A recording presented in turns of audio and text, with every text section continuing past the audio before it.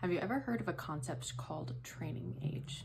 Training age is essentially how long you've been working out in the gym. And believe it or not, the higher that your training age is and the more experienced that you are, the harder it might be to lose weight. After years of training, you've probably put on at least a couple of pounds of muscle mass. And muscle, as we know, needs energy in order to recover and repair, especially when you are working out consistently in the gym. So if you've been training consistently, you're metabolically going to be a lot more adapted to the style of training that you're already doing. So if you're trying to lose weight and say you've been eating at a caloric deficit pretty consistently, your baseline metabolic efficiency is now going to be a lot higher. So that deficit that you've been under is not going to be enough to cut it anymore. So the more muscle that you have, the more energy that you need to recover, right?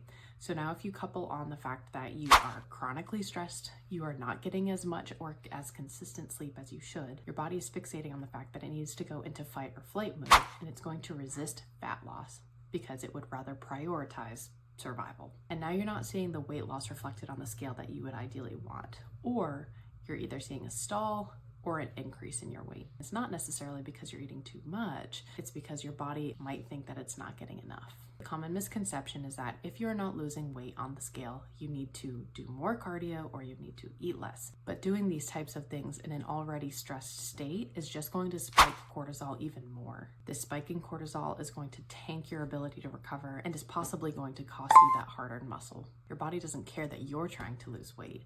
It cares about surviving. So here's the reality check. Let's say that you have been trying to lose weight for the past 8 to 10 weeks. You've been at a calorie deficit and now you have stalled in your weight loss.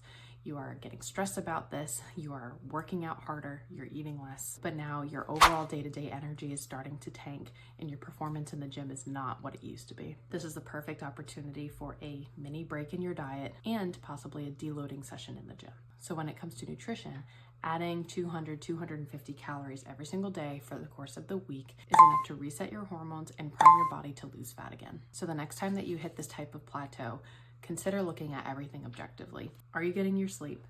Are you getting your water in? Are you stressed? What areas can you take stress out of your life? And is it time for a diet break?